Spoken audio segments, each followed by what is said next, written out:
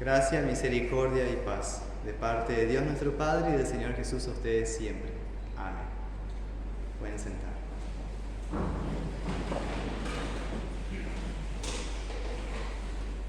Hoy no sé por qué me siento como si fuera la primera vez que predicara.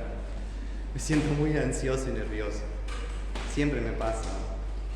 No se crean, uno por más que experiencia que tenga, no es fácil estar aquí.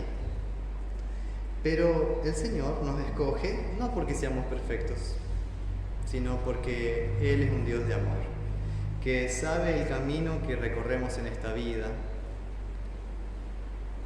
que es malo, y por eso Él viene para hacer nuestro camino de vida.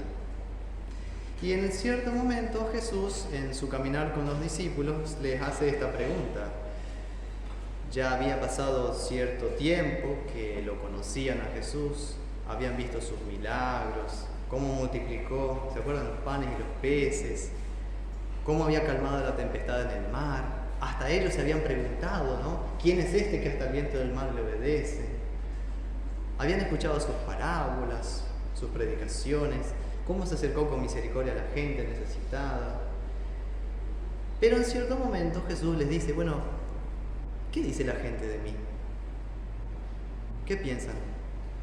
Y unos que sos Juan el Bautista, que resucitó, que Juan el Bautista ya lo habían degollado. O uno de los profetas, o Elías del Antiguo Testamento. Pero ¿y ustedes?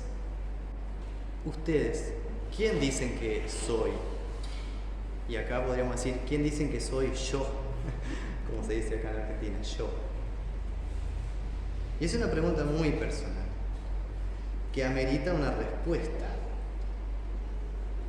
Y entre todos los apóstoles, uno toma la delantera, como siempre, Pedro el apurado, Pedro el corajudo, entonces dice, tú eres el Cristo. Por el otro evangelio de Mateo sabemos que Jesús le felicita, le dice, bienaventurado vos, Simón, hijo de Jonás, porque esto no te lo reveló carne ni sangre, sino mi Padre del cielo. Sobre esta roca edificaré mi iglesia, sobre esta roca de confesión de fe, sobre la palabra de Dios. Sobre esta roca edificaré mi iglesia y las puertas del Hades no prevalecerán contra ella. Entonces, esta pregunta que Jesús hoy les hace a los discípulos y a nosotros hoy es quizás la más importante de todo el Evangelio de Marcos y del Evangelio, ¿no? Una pregunta muy íntima que entra directo al corazón. ¿Quién decís que soy yo? Te pregunta Jesús. Porque a partir de la respuesta, tu vida va a cambiar. No es lo mismo pensar que Jesús es un hippie del siglo I o un montonero revolucionario tipo Che Guevara, porque algunos piensan que fue eso, o que pensaba instaurar un reino terrenal, o que quería dar comida gratis a la gente. No es así. Pero depende, lo que tú creas de Cristo será tu forma de seguirle, tu discipulado, ¿se entiende? Así que hay que tener bien claro quién es Cristo primero, para seguirle. Y Pedro dice, tú eres el Cristo. ¿Se acuerdan qué significa la palabra Cristo? Cristo significa el ungido, el elegido. En inglés creo que se dice the one, ¿sí? Este es el Hijo de Dios. Solo este es tu Salvador. Y eso confiesa Pedro, tú eres el Cristo. Nosotros también en el credo. Y creo en Jesucristo, su único Hijo, nuestro Señor. Podríamos decir, mi Señor. En el mundo antiguo eso no era cualquier cosa. Porque mi Señor o el Señor en el Imperio Romano era el César que vivía en Roma. El Kaiser, ¿no? El Kyrios en griego. Así que cuando confesamos que Cristo es nuestro Señor, estamos diciendo es el Señor de nuestra vida, el que nos guía, el que nos dice a dónde ir. Y Jesús aquí, a partir de la respuesta, les dice a dónde Él va a ir. Que va a ir a Jerusalén. Y que allí va a sucederle algo. Que va a ser crucificado, que va a padecer de parte de los líderes religiosos de Israel, pero que al tercer día resucitará. Y dice el Evangelio que se los decía bien clarito, así como les digo a ustedes las cosas, ¿no? Transparentemente, sinceramente, y como dice el refrán, la verdad duele. La verdad puede escandalizar, no por la verdad en sí, sino porque descubre o expone la mentira, expone las imperfecciones de nuestra vida. Es un escándalo, la verdad, a veces, para el mundo. Y este escándalo y esta piedra de tropiezo se llama Jesús, la verdad. Y Pedro, conociéndole y habiendo confesado correctamente la fe, ahora se escandaliza minutos después con el mismo Señor que él sigue. Porque dice que cuando Jesús le comentó lo que iba a suceder en Jerusalén y lo que les explicó claramente, entonces Pedro lo tomó aparte y comenzó a reconvenirle. Es una de las escenas más tristes en la vida de Pedro. Tomar aparte a Jesús para retarle. ¿Ustedes se imaginan eso? ¿Hacer ustedes eso con Jesús? Tomarla aparte y decir, pero Jesús, estás loco, ¿cómo vas a decir una cosa así? Le empezó a reconvenir, o sea, a contradecir, decir, no, esto no puede pasarte. No. Dios impida que llegues a la cruz. Y uno ya se empieza a imaginar también el corazón de Jesús, cómo empezó a sentirse, ¿no? Empezó a tomar aire, a escuchar, pero llegó un punto que dijo, delante de los demás, reprendió a Pedro diciendo, quítate delante de mí, Satanás, porque no pones la mira en las cosas de Dios, sino en la de los hombres. ¿Cuál habrá sido la reacción de Pedro? ¿Cuál hubiera sido tu reacción? Si Jesús te dice eso, fuera Satanás, y te lo dice a ti. Habrá quedado así, pasmado, en blanco, pero Señor, yo no, apártate de mí, Satanás. Tu manera de pensar no es la de Dios, sino la del hombre. Y ahí está nuestro pecado cotidiano. Cómo pensamos las cosas día a día. ¿Pensamos de acuerdo a la Biblia o de acuerdo a lo que pasa o lo que propone el mundo? Y es un tira y afloje. Y si a Pedro le pasó, no estamos libres de ese error. Yo puedo fallar. Y fallé. Pensando como el mundo propone, como el mundo quiere que yo piense, pero no como Dios quiere que piense. De ahí viene que cuando estudiamos la palabra de Dios que nos ilumina, es Dios el que nos da una nueva mentalidad, una nueva mente y corazón, para que no hagamos lo que quiere el mundo o nuestra propia carne o el diablo, sino la voluntad de Dios. En latín, en la Biblia en latín, apártate de mí, Satanás, se dice vade retro, Satanás. Interesante porque eso se usa en exorcismos. Vade retro, Satanás.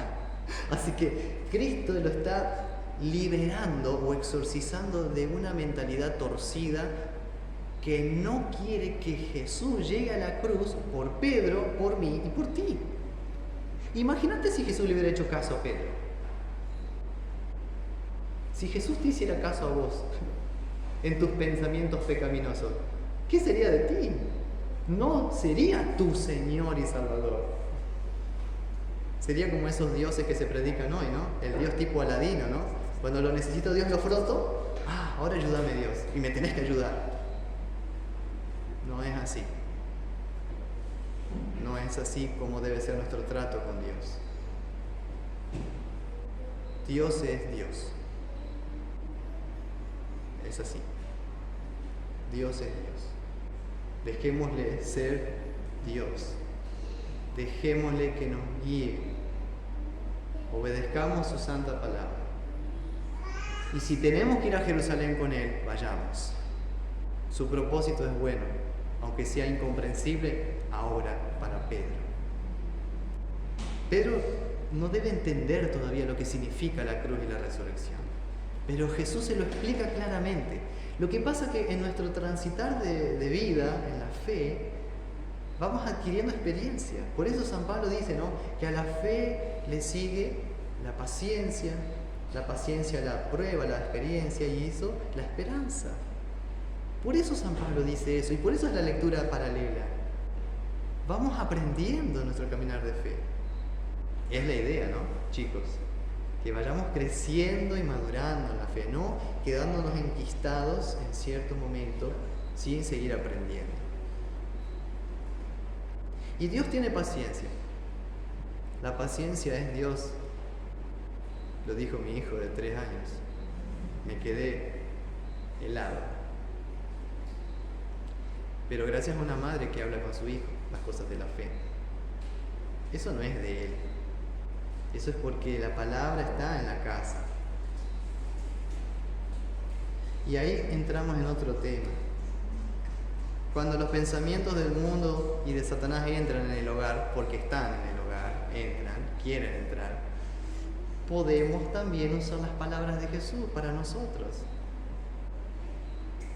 Josué lo dijo de otra forma: yo y mi casa serviremos al Señor. Acá Jesús lo dice más duro, ¿no? Fuera Satanás de mi casa. Limpiar nuestro hogar de mentiras, para que haya sinceridad. Es lo que propone la Hiela para este año, para nosotros también, ¿no? Relaciones sinceras. Y si nos pasma y nos asusta lo que Jesús nos plantea, créanme, es porque ama a Pedro, no porque Él le desea el mal a Pedro. Porque lo que sucedió fue que a través de Pedro, el diablo se estaba interponiendo en el camino de Jesús hacia la cruz. Pedro no estaba pensando las cosas de Dios, no estaba pensando teología, como se dice, teológicamente, sino humanamente, filosóficamente. No pensó a partir de la palabra, sino como el mundo piensa. Y Satanás se aprovechó de Pedro. Ahora Jesús, en la última parte, aprovecha para enseñar. Dice que llamó a la gente y les dice esto, que suelen ustedes escuchar y que conocen: si alguno quiere venir en pos de mí, niéguese a sí mismo y tome su cruz y sígame. ¿Quién no ha escuchado eso? ¿Pero qué significa? Significa que el camino del cristiano es voluntario, primero, porque dice: si alguno quiere venir en pos de mí, ¿sí? Si alguno quiere ser mi discípulo, quiere ser cristiano, bienvenido es. Todos son bienvenidos. Es voluntario. Jesús no fuerza a nadie a seguirle. Después dice, pero hay ciertas condiciones. Niéguese a sí mismo y tome su cruz y sígame. Si ustedes revisan el Evangelio, Jesús ya se lo dijo eso a un joven. El joven rico. Yo cumplí los mandamientos, Jesús. ¿Qué me falta para entrar en el cielo? Y Jesús dice que lo amó, lo miró con amor y le dijo: si quieres heredar la vida eterna, entonces vende todo lo que tienes y luego sígueme tomando tu cruz. Interesante. Eso dice en Marcos 10:21. Así que si algo aprendemos que cuando seguimos a Jesús, es un camino que implica cruz y sufrimiento. El discipulado cristiano siempre, siempre, siempre implica cruz, sufrimiento, incomprensión y rechazo. Tenemos que ser conscientes de eso para que no nos sorprendamos de lo que pasa. Sufrir por causa de Cristo y del Evangelio, por eso, es lo que nos espera como discípulos, porque tenemos la oposición de Satanás, del mundo y de nuestra propia carne, que se oponen a Cristo y su palabra. Y también es un camino solitario, es un camino de renuncia a sí mismo, de someter nuestra voluntad egoísta a la buena voluntad de Dios. Eso ya lo hemos aprendido en el catecismo, chicos, cuando en la 4ª parte sobre la doctrina del bautismo dice: esto de ahogar diariamente el viejo Adán en nosotros, para que resucite el nuevo, en eterna justicia y bienaventuranza. Ahogar al viejo Adán y sus malos deseos, para que resucite de día en día Cristo y su Evangelio en nosotros. ¿Y por qué digo que es un camino difícil y solitario? Porque si ves lo que plantea hoy la sociedad del mundo, es hacer lo que se te cante la gana, carpe diem, vive el momento, si te gusta, hacelo. Y desembocamos en anarquía, en rebeliones, en falta de orden, incluso en la iglesia. ¿Vieron cómo esa manera de pensar está tan metida y no nos damos cuenta? Yo no sé por qué, pero un día que mi hijo no ve dibujitos, está mejor, se porta mejor. ¿Qué tienen los dibujitos? ¿Ya vieron? ¿Ya prestaron atención? Y si los dibujitos de hoy están torcidos, imagínate otras cosas que por ahí se ven. No quiere decir que no veamos tele, pero estar atentos a las ideas del mundo que se filtran y que encuentran la grieta para meterse. Pero si estamos atentos, aún habiendo fallado, podemos pedir perdón al Señor, como Pedro lo hizo, y ser bendecidos con la misericordia del Señor que nos acompaña otra vez. Así que dejémonos guiar en el camino de la vida mediante la palabra de verdad rumbo al cielo. Y no engañarnos a nosotros mismos, diciendo por un lado soy cristiano y por el otro lado pensando y obrando como no debería pensar un cristiano. Finalmente, para terminar, hay una palabra de confianza de parte de Cristo a su discípulo. Aparentemente no lo es, pero lo es, miren. Todo el que pierda su vida por causa de mí y del Evangelio, la salvará. Porque ¿qué aprovechará el hombre si ganare todo el mundo y perdiere su alma? ¿O qué recompensa le dará el hombre por su alma? Es un llamado a la confianza. Dice, el que pierda su vida por causa de mí y del Evangelio, la salvará. ¿Por qué dice esto Jesús a ti, Pedro, a ti, discípulo? Porque Él llegó a la cruz, Él llegó a Jerusalén. Él ya dio su vida por ti. No necesitas salvarte a vos mismo. No necesitas pagar una recompensa para salvar tu alma. Cristo ya derramó su sangre, pagando el precio en tu lugar. No necesitas ni siquiera vencer al diablo y al mundo, porque Cristo ya obtuvo la victoria para nosotros. Y por eso resucitó al tercer día vencedor. Y si llegara el momento, que puede suceder, que perdamos la vida físicamente hablando por causa de Cristo y del Evangelio, como Él mismo lo plantea aquí, por ser cristianos, por causa de la doctrina de Cristo, en verdad, no perdemos nuestra vida, porque nuestra vida está en las manos de Dios, sino que entramos al cielo. Por eso dice, la salvará.